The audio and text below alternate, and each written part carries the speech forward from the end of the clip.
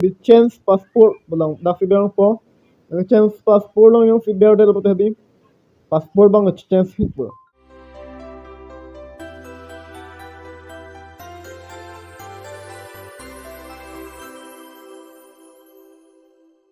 So welcome back to my YouTube channel vlogs1. Penny ये video STEM से लो आज है तुम है दी ला जीमेल लो हंदी पासपोर्ट चुतंग ने दे तिम ते दी बang so था तुम निली पेनी के वीडियो फिल्म पन लो नंबर तुम हनो ला निली पेन के थे तुम हनो अन पेन पेनी ni paklam bon ke la no tum la thumbnail title la ma chini ma te di la si bang fit na video sa 3 la nang tum la ne li pa bang long sa hindi la gmail po long hindi la gmail long da po nang tum la gmail passport si chance ma te di la gmail long da po gmail long dam de tin le da wang sab so lo pa bla check hindi ang da profile long da po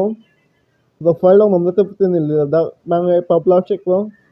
an pen no nang tum gmail passport chance si pa di la google account lo hindi da si bang po Google account nong yung si Bello tadi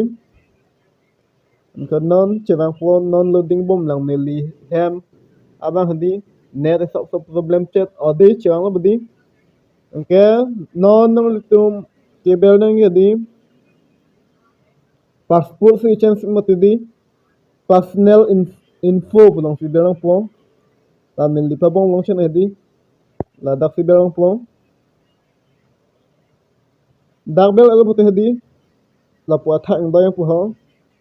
la pu athak la pu ndai pon che chang pon ne lil hai ba bla lap lo ang ke pu athak ndai che no pon no to ho ang ke athak ndai lo me di ang ke no no tum thang mo di la passport di la ne li green color mate red color pen la pu pa bong che no dim long no tum thek long di la dak fi berang po la dak ber de lo pu di ke sap su loading po nili hamne sab problem che to ke sam den pene technology non loading bom lo don tu net o sam ne chikla to hong che nang de don tu net da sab problem che to si chatting de lo yo lang di okay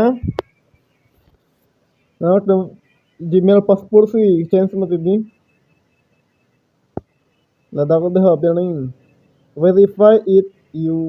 complete sign in using your passport key da bel bodi okay continue long si bel po nang tum continue long bel mo ti din li ang check lang po de dan to okay da hadi ni li pass key si use mo ti di la phone screen lock di okay la screen lock nang li tum pinang po jadi ni li screen lock pelo di okay non loading to lit lo loading bom lo alamang net ni ode met di la si chatting la ti lai sap so ang thai ong di no tu la new passport visibility of long di passport stamp long di thai ong di no tu ke da ke confirm new passport hala thak long ko sama ke pi di bang so a passport ho la a berta som tho se pinang le ponang tum an pen di passport ke pi di la passport ke pi di pe nei don tu ko sama bate di 8 digit 1 hai hui 2 hai hui di mate la equal hadi la hai hui bi ni only la amen my men che hing no dhalo India 1 2 3 usame mate Assam 1 2 3 Karbi Anglong 1 2 3 usame dim son signal tum piang po mate la nang lik tum rong dim India rong 1 2 3 rong phara rong 1 2 3 usame hadi la son si pine po phase avang men tong po okay tok tong le 1 2 3 4 5 son pidin nang ponang tum di anke apu pelo bote di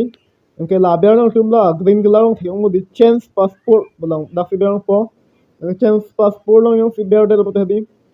passport bang change hipo tonte pinye video skill an velo do me thak me ko lang thul to do we han me next video long le stong pon thina cardon